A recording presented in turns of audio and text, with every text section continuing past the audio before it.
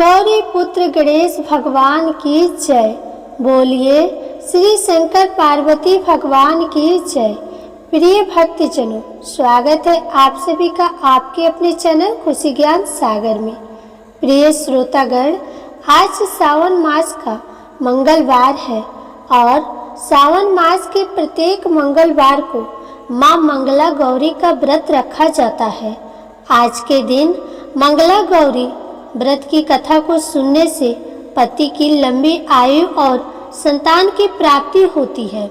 इस व्रत को करने से माता पार्वती सदा सौभाग्यवती रहने का आशीर्वाद प्रदान करती है। देवी गौरी का ये व्रत मंगला गौरी के नाम से विख्यात है।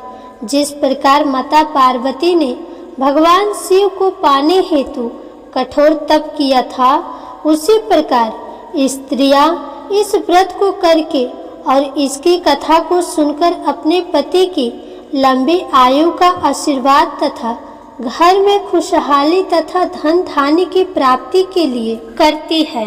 आज मैं आपको सुना रही हूँ माँ मंगला गौरी की बड़ी ही दुर्लभ कथा।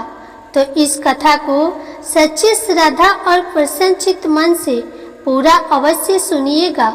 इस कथा को सुनने से मनुष्यों के सभी पाप कट जाते हैं और मनोकामनाओं की पूर्ति होती है। एक गांव में एक बुढ़िया माई रहती थी। बुढ़िया माई का एक बेटा था जिसका नाम भोला था। उसकी एक सुंदर पत्नी थी जिसका नाम रूपा था। भोला अपनी माँ का बहुत ख्याल रखता था और बहू भी बहुत सीधी साधी थी। लेकिन बुढ़िया माई दिन रात बहू से झगड़ा करती रहती थी। एक बार बुढ़िया माई ने घर आकर बताया, बहू सुन, मैं शिवजी के मंदिर से आ रही हूँ। वहाँ सब बातें कर रहे थे कि यदि सोमवार का व्रत कर अगले दिन मंगलवार को मंगला गौरी व्रत किया जाए तो भोले बाबा और माता पार्वती की कृपा से तुझे बेटा हो सकता है। तब रूपा ने कहा, लेकिन माँ जी, मैं तो केवल सोमवार का व्रत करती हूँ। ठीक है, अब आप कह रही हैं तो इस बार मैं दोनों व्रत करूँगी। बुढ़िया माई केवल उसे परेशान और भूखा रखने के लिए यह सब बातें कह रही थी। उसने आगे कहा, अरे ऐसे व्रत नहीं करना है। दोनों दिन कुएं से 7 घड़े पानी शिवलिंग पर चढ़ाना है। रूपा यह सुनकर परेशान हो गई और उसने कहा, माँ जी, मैंने तो ये सब करते किसी को नहीं देखा है। यह सुनकर बुढ़िया माई को क्रोध आ गया। उसने कहा, यह केवल संतान प्राप्ति का उपाय है जो तुझे करना ही पड़ेगा। यह सुनकर रूपा चुप हो जाती है। कुछ दिन बाद सावन शुरू हो जाता है। रूपा ने पहले सोमवार की सुबह पूजा पाठ कर व्रत शुरू किया और 7 घड़े पानी कुएं से भरकर शिवजी पर चढ़ा दिया। कुआं मंदिर से काफी दूर था, इसलिए उसे काफी समय लग गया। यह सब करने में शाम हो गई। जब रूपा वापस आई तो देखा भोला बहुत गुस्से में घर के बाहर बैठा है। रूपा के पूछने पर उसने गुस्से में कहा, कहाँ चली गई थी? इतनी देर लगती है जल चढ़ाने में। घर में मेरी माँ भूखी बैठी है और तू घूम घूम कर पूरा गांव देख रही है। यह कहकर भोला ने उसे मारा। रूपा मार खाकर बिना कुछ खाए सो गई। अगले दिन उसकी सास ने कहा, बहू, आज फिर से तुझे जल चढ़ाना है। यह सुनकर रूपा ने कहा, माँ जी, कल से मैंने कुछ खाया नहीं है और इनकी मार से मेरा पूरा शरीर दुख रहा है। आज मैं कलश कैसे उठा पाऊंगी? यह सुनकर बुढ़िया माई ने कहा, कुछ भी कर, लेकिन यह तो तुझे करना ही पड़ेगा। रूपा पूजा करने के लिए मंदिर में चली गई और पूजा करने के बाद वह कुएं पर आई। बड़ी मुश्किल से उसने पहला कलश भरा और चढ़ा दी, लेकिन कुछ दूर चलने पर वह गिर पड़ी और उसका मटका भी टूट गया। रूपा एक पेड़ के नीचे बैठकर रोने लगी। तभी वहाँ एक साध्वी आई और उसने कहा, बेटी क्यों रो रही हो? रूपा ने रोते हुए सारी बात बता दी। उसकी बात सुनकर साध्वी ने कहा, बेटी तू एक काम कर, एक लोटा जल ले आ और उसमें से 7 बार थोड़ा थोड़ा जल शिवलिंग पर चढ़ा देना और घर जाकर अपनी सास से कहना, मैंने जल चढ़ा दिया। रूपा ने कहा, लेकिन ये तो झूठ होगा और मेरा मटका भी टूट गया है। यह ले लोटा, इसमें जल भरकर चढ़ा देना और इसे घर ले जाना, लेकिन छिपा कर रख देना। रूपा ने बिल्कुल ऐसा ही किया। दोपहर को वह घर पहुंच गई। बुढ़िया माई के कहने पर उसने वही बात बता दिया जो साध्वी ने बताया था। शाम को माँ मंगला की पूजा कर उपवास को पूरा किया। इसी तरह 2 मंगला गौरी व्रत पूरे हो गए। लेकिन जब तीसरे मंगलवार की बारी आई तो बुढ़िया माई चुपचाप रूपा के पीछे गई। उसने सब कुछ देख लिया। बुढ़िया माई ने घर आकर अपने बेटे को सब कुछ बता दिया। भोला ने फिर रूपा को मारने के लिए जैसे ही हाथ उठाया, माँ पार्वती प्रकट हो गई और उन्होंने कहा, रुक जा भोला। यह सुनकर भोला रुक गया। बुढ़िया माई माँ पार्वती के पैरों में गिर गई। भोला भी माँ से माफ़ी मांगने लगा। माँ पार्वती ने कहा, माफ़ी मांगनी है तो इससे मांगो जो तेरे और तेरी माँ के जुल्म सहकर भी पत्नी धर्म निभा रही है। भोला ने रूपा से माफ़ी मांगी। बुढ़िया माई ने कहा, बेटी मुझे माफ़ कर दे। तुझे परेशान करने के चक्कर में मैंने ये सब कहा था। रूपा ने कहा, माँ इस संसार से मेरा मन भर गया है, आप मुझे अपने साथ ले चलिए। पार्वती जी ने कहा, ठीक है, आज से तू मेरी कृपा से जंगल में एक आश्रम बनाकर भक्ति करेगी, लेकिन इन दोनों को सजा मिलेगी। रूपा ने कहा, माँ इन दोनों को माफ़ कर दीजिए। ये सुनकर माँ पार्वती ने कहा, आज तुम्हारी बहू के कारण तुम्हें जीवन दान मिला है। जाओ इस लोटे को रख लो। तुम्हारे परिवार में कभी भी अन्य धन की कमी नहीं होगी, लेकिन मैं अपनी बेटी को साथ ले जा रही हूँ। माँ की कृपा से रूपा ने एक आश्रम बनाया। इसमें बहुत सी स्त्रियाँ जो घर में दुखी थी, वे आकर भगवान की भक्ति करने लगी। प्रेम से बोलिए माँ मंगला गौरी की जय। बोलिए शंकर पार्वती भगवान की जय। हर हर महादेव। आइए अब मनोकामनाओं को पूर्ण करने वाली मंगला गौरी की दूसरी व्रत कथा को सुनते हैं।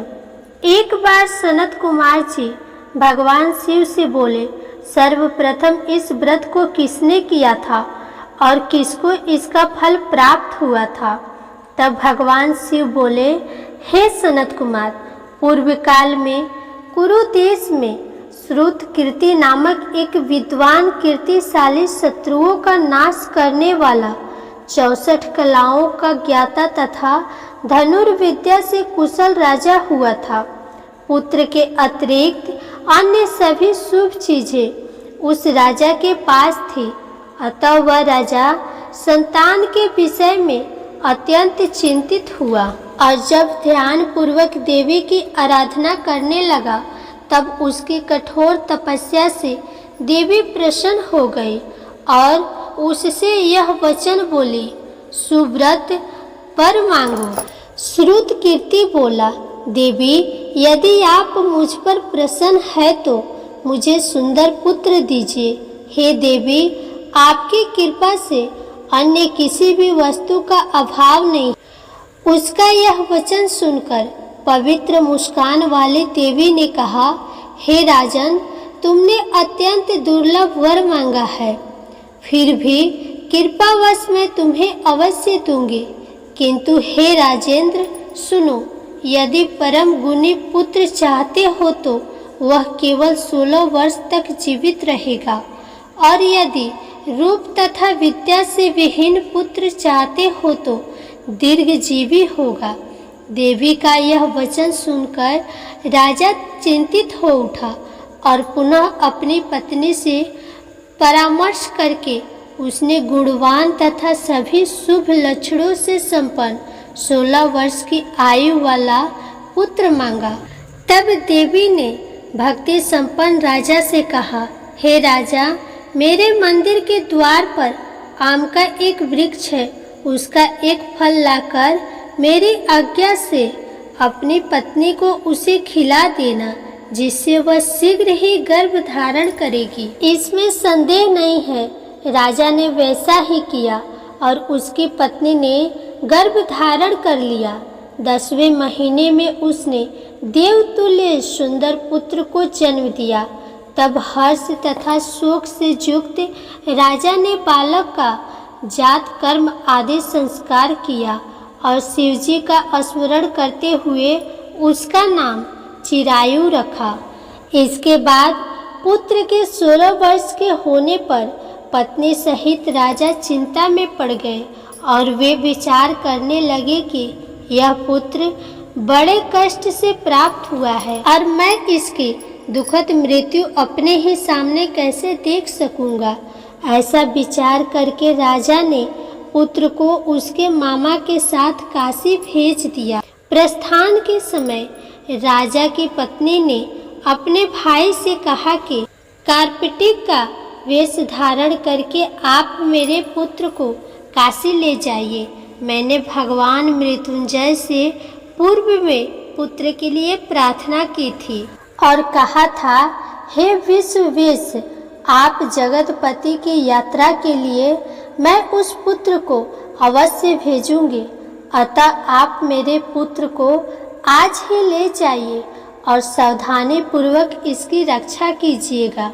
अपनी बहन की ये बात सुनकर भांजे के साथ वह चल दिया। कई दिनों तक चलते चलते वह आनंद नामक नगर में पहुंचा। वहां सभी प्रकार की समृद्धियों से संपन्न वीरसेन नाम वाला राजा रहता था। उस राजा की एक सर्वलक्षण संपन्न युवावस्था प्राप्त मनोहर तथा रूप लावण्य मई मंगला गौरी नामक कन्या थी। सभी अपमानों को तुच्छ करके सौंदर्य अभिवृद्धि को प्राप्त वह कन्या किसी समय सखियों के साथ नगर के उपवन में क्रीड़ा करने के लिए गई हुई थी। उसी समय चिरायु तथा उसका मामा वह दोनों भी वहां पहुंच गए और उन कन्याओं को देखने की लालसा से वहीं विश्राम करने लगे। इसी बीच विनोद पूर्वक क्रीड़ा करती हुई उन कन्याओं में से किसी एक ने कुपित होकर राजकुमारी को अपशब्द कह दिया। तब उस अशुद्ध वचन को सुनकर राजकुमारी ने कहा, तुम अनुचित बात क्यों बोल रही हो? मेरे कुल में तो इस प्रकार के कोई भी नहीं है। मंगला गौरी की कृपा से वह भी यदि अल्प आयु वाला होगा तो भी चिरंजीवी हो जाएगा। इसके बाद वह सभी कन्याएं अपने अपने घर चली गई। उसी दिन राजकुमारी का विवाह बहलिक देश के दृढ़धर्मा नामक राजा के सुकेतु नाम वाले पुत्र के साथ उसका विवाह निश्चित किया गया। वह सुकेतु विद्याहीन, कुरूप तथा बहरा था। तब सुकेतु के साथ आए उन लोगों ने विचार किया कि इस समय कोई दूसरा श्रेष्ठ वर ले जाना चाहिए और विवाह संपन्न हो जाने के बाद वहां सुकेतु पहुंच जाए। उन लोगों ने चिरायु के मामा के पास जाकर याचना की कि आप इस बालक को हमें दे दीजिए, जिससे हमारा कार्य सिद्ध हो जाए। इस पृथ्वी पर परोपकार के समान दूसरा कोई धर्म नहीं है। उनकी बात सुनकर चिरायु का मामा मन ही मन बहुत प्रसन्न हुआ, क्योंकि उसने उपवन में पहले ही कन्या मंगला गौरी की बात सुन ली थी। फिर भी उसने एक बार कहा कि आप लोग इसे किस लिए मांग रहे हैं? कार्य की सिद्धि हेतु वस्त्र, अलंकार आदि मांगे जाते हैं, वर तो कभी भी नहीं मांगे जाते। तथापि आप लोगों का सम्मान रखने के लिए मैं इसे दे रहा हूँ। इसके बाद चिरायु को वहां ले जाकर विवाह संपन्न कराया गया। सप्तपदी आदि के हो जाने पर रात्रि में शिव पार्वती की प्रतिमा के समक्ष उस चिरायु ने हर्षयुक्त होकर मंगला गौरी के साथ शयन किया। उसी दिन चिरायु के 16 वर्ष पूर्ण हो चुके थे और अर्धरात्रि में साक्षात सर्पकाल रूप लेकर वहां आ गया। इसी बीच संजोगवश राजकुमारी जाग गई। उसने उस महासर्प को वहां देखा और वह भय से व्याकुल होकर कांपने लगी। तभी उस कन्या ने धैर्य धारण कर 16 उपचारों से सर्प की पूजा की और पीने के लिए उसे दूध दिया। उसने दीनता भरी वाणी में उस सर्प से प्रार्थना तथा स्तुति की। मंगला गौरी प्रार्थना करने लगी कि मैं उत्तम व्रत को करूंगी जिससे मेरे पति जीवित रहे। ये जिस तरह से चिरकाल तक जीवित रहे, आप वैसा कीजिए। इतने में सर्प वहां स्थित एक कमंडलू में प्रवेश कर गया और उस मंगला गौरी ने अपने कंचुकी से उस कमंडलू का मुंह बांध दिया। इसी बीच उसका पति अंगड़ाई लेकर जाग गया और अपनी पत्नी से बोला, हे प्रिय, मुझे भूख लगी है। तब वह अपनी माता के पास जाकर खीर, लड्डू आदि लेकर आई और उसके द्वारा दिए गए भोज्य पदार्थों को उसने प्रसन्न मन होकर खाया। भोजन के पश्चात हाथ धोते समय उसके हाथ से अंगूठी गिर पड़ी। तांबुल खाकर वह पुनः सो गया। इसके बाद मंगला गौरी कमंडलू को फेंकने के लिए जाने लगी। विधि की कैसी गति है कि उस कमंडलू में से बाहर की ओर जगमग करती हुई हार कांति को देखकर वह आश्चर्यचकित हो गई। घट में स्थित उस हार को उसने अपने कंठ में धारण कर लिया। इसके बाद कुछ रात शेष रहते ही चिरायु का मामा उसे आकर ले गया। इसके बाद वर पक्ष के लोग सुकेतु को लेकर वहां आए। उसे देखकर मंगला गौरी ने कहा कि यह मेरा पति नहीं है। तब उन सभी ने उसे कहा कि हे शुभे, तुम यह क्या बोल रही हो? या तुम्हारा कोई परिचायक हो तो उसे हम लोगों को बतलाओ। जिसने रात्रि में 9 रत्नों से बने अंगूठी दी है, उसकी उंगली में इसे डालकर परिचायक निशानी देख ले। मेरे पति ने रात्रि में मुझे जो हार दिया था, उसके रत्न का समुदाय कैसा है, इस बात को यह बताए। यह तो कोई अन्य ही है। इसके अतिरिक्त रात्रि में आम सींचते समय उनका पैर कुमकुम से लिप्त हो गया था। वह मेरी जांघ पर अभी विद्यमान है। उसे आप लोग शीघ्र ही देख ले। साथ ही रात में परस्पर भाषण तथा भोजन आदि जो कुछ किया था उसे भी यह बता दे। तब यह निश्चय होगा कि यही मेरा पति है। इस प्रकार उसके वचन सुनकर सभी लोग ठीक है कहने लगे।